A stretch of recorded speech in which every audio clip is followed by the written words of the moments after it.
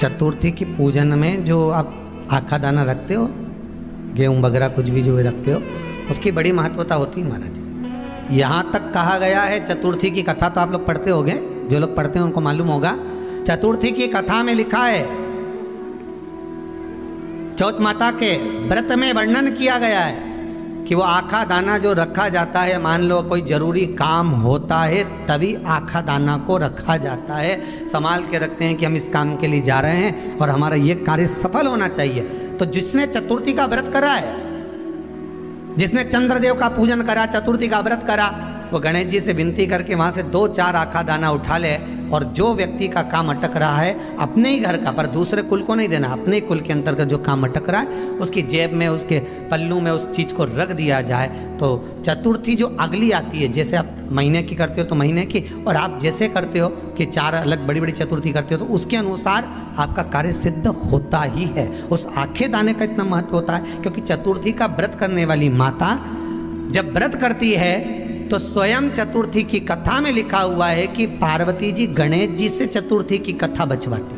तो चतुर्थी की कथा जब होती है तो उसको स्वयं गणेश जी बाच रहे हैं। तो व्रत कौन सुन रही है? माता पार्वती। और आपने जो आखा दाना लिया वो गणेश जी के भाव से लिया, गणेश जी से निवेदन करके, विनय करके, प्रार्थना कर कर उसको प्राप्त किया। तो जिनकी यहाँ संपदा की कमी होती है, वैभव की कमी होती है, लक्ष्मी की कमी होती है, प्रतिष्ठा की कमी होती है, धन की कमी होती है, उसके लिए बुधवार के दिन अगर शंकर पर 1 लोटा पानी चढ़ाया जाता है तो जिन लड़कियों का विवाह नहीं हो रहा, जिन बच्चों का विवाह नहीं हो रहा, उन बच्चों के भी विवाह हो जाते हैं। हमारा बल वृद्धि से मतलब होता है जिस कन्या या वर का विवाह नहीं होता, 40 साल हो गए या 30 साल हो गए, या जब 28 के बाद में लड़का लड़की क्रॉस हो जाए कि 29 में, 30 में, 32 में, 34 में, 40 तक पहुंच गए और विवाह नहीं हो रहा है, तब बेलपत्री के जो पेड़ होता है, वृक्ष होता है, उस वृक्ष की जो डाली होती है, उस डाली के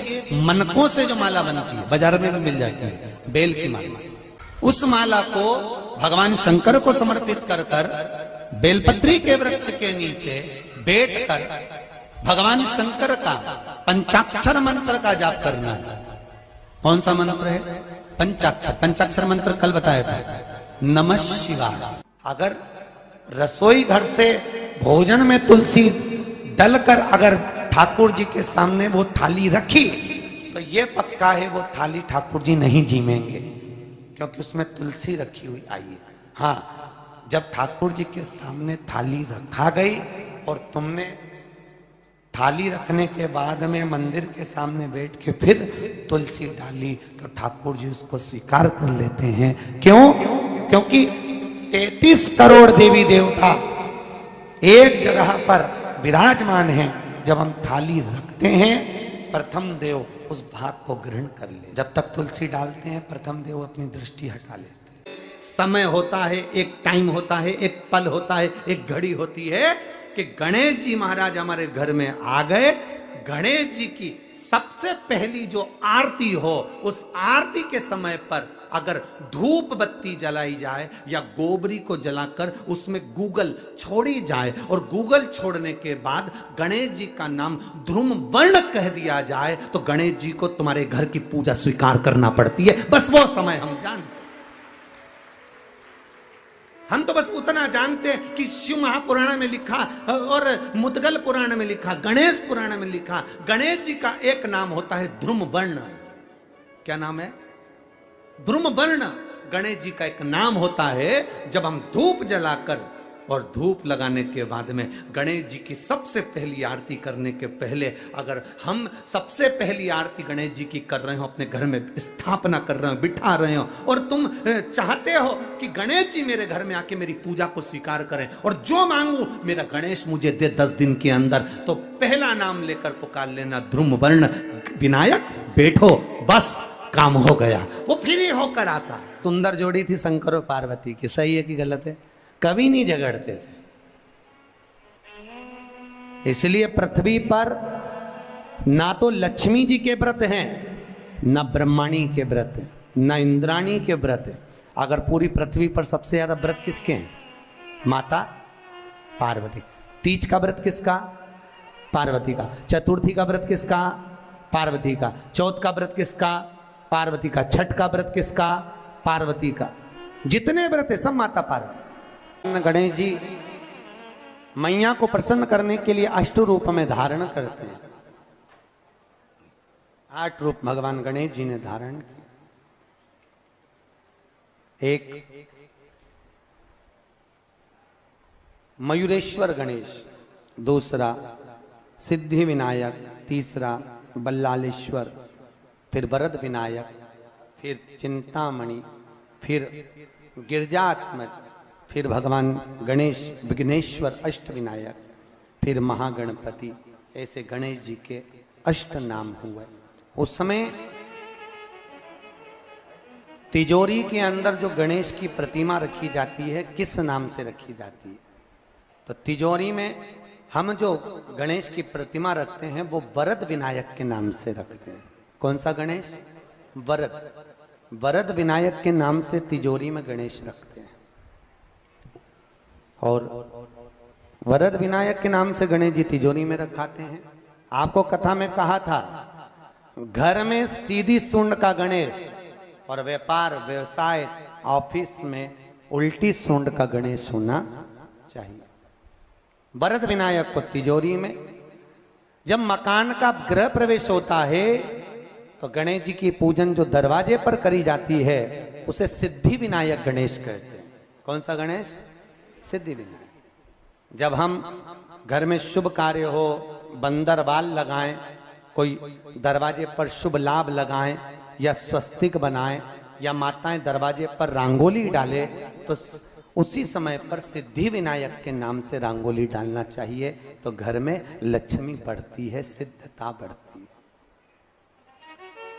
याद रखिए, कभी भी गणेश जी को, मिट्टी के गणेश जी लाते हो भादो महीने में, तो विसर्जन करो तो विसर्जन के समय पर 2 बिंदी, एक कंकु की एक हल्दी की, दीवार पर जरूर लगा देना चाहिए।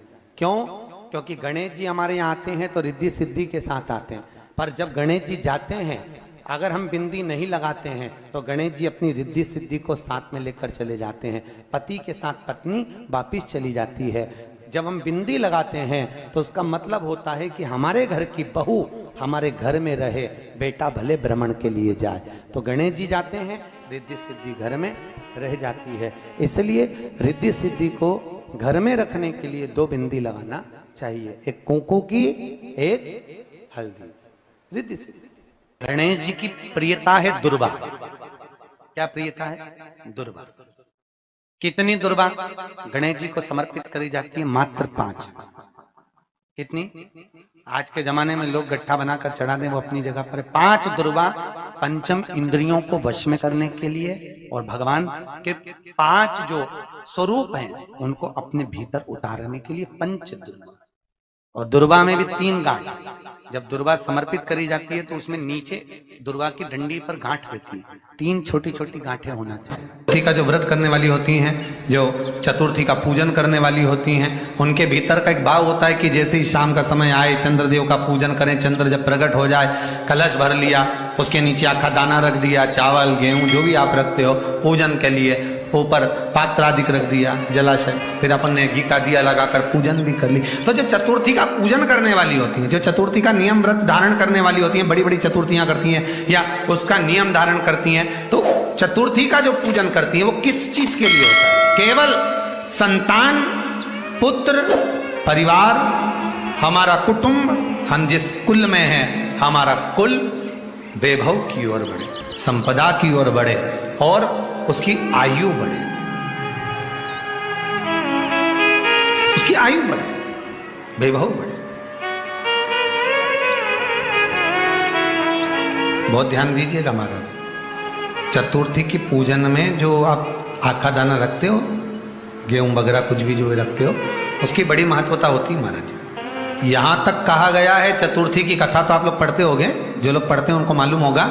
चतुर्थी की कथा में लिखा है,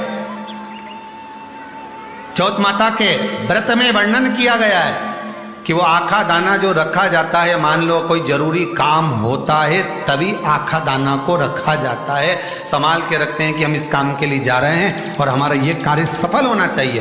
तो जिसने चतुर्थी का व्रत करा है, जिसने चंद्रदेव का पूजन करा, चतुर्थी का व्रत करा, वो गणेश जी से विनती करके वहां से 2-4 आखा दाना उठा ले, और जो व्यक्ति का काम अटक रहा है अपने ही घर का, पर दूसरे कुल को नहीं देना, अपने ही कुल के अंतर्गत जो काम अटक रहा है उसकी जेब में, उसके पल्लू में उस चीज को रख दिया जाए।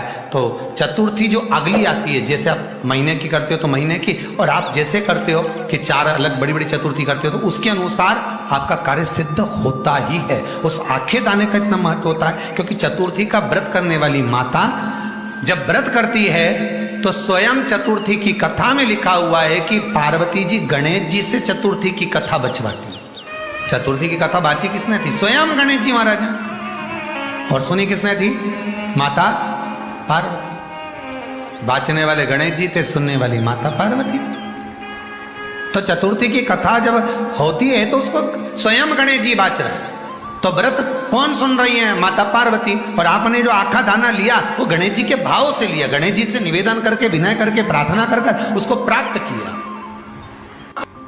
जितने आस्था चैनल पर कथा सुन रहे हो, जितने फेसबुक और यूट्यूब पर सुन रहे हो, और जितने इस छत्तीसगढ़ की पावन धरा पर बैठकर सुन रहे हो, बहुत सावधानी से सुनना।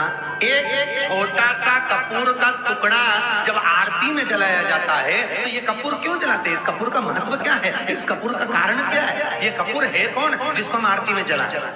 क्या जरूरत इस कपूर को आरती में जलाने की? क्या जरूरत इसको यज्ञशाला में जलाने की? क्या जरूरत है इस कपूर को पूजन में जलाने की? स्वयं गुरु बाबा कहते हैं यदि कोई आरती में, पूजन में, घर में एक कपूर का टुकड़ा आरती के बाद में जब समर्पित करेगा तो उसको अश्वमेध यज्ञ का पुण्य प्राप्त हो जाएगा। अश्वमेध यज्ञ के पुण्य को पाने के लिए कपूर का टुकड़ा आज भी आरती में जलाया जाए। एक कपूर का टुकड़ा सुख का, इसीलिए हमारे यहाँ शास्त्र कहता है महाराज, जब आपको घर में अगर ऐसा लगने लगे कि 15 दिन से बहुत बेचैनी है, बहुत दुख तकलीफ लग रही है, कोई ना कोई बीमार पड़ रहा है, कुछ ना कुछ तकलीफें लग रही है, तो एक पीपल का पत्ता ले लो, उसके ऊपर एक कपूर का टुकड़ा ले लो, सारे घर में घुमाकर उसको दरवाजे के बीच मध्य में जलाकर रख दीजिए। थोड़ी सी जला 20 से 25 मिनट के अंदर मकान में एनर्जी वापिस आ जाएगी, उस भवन में एनर्जी वापिस प्राप्त हो जाएगी।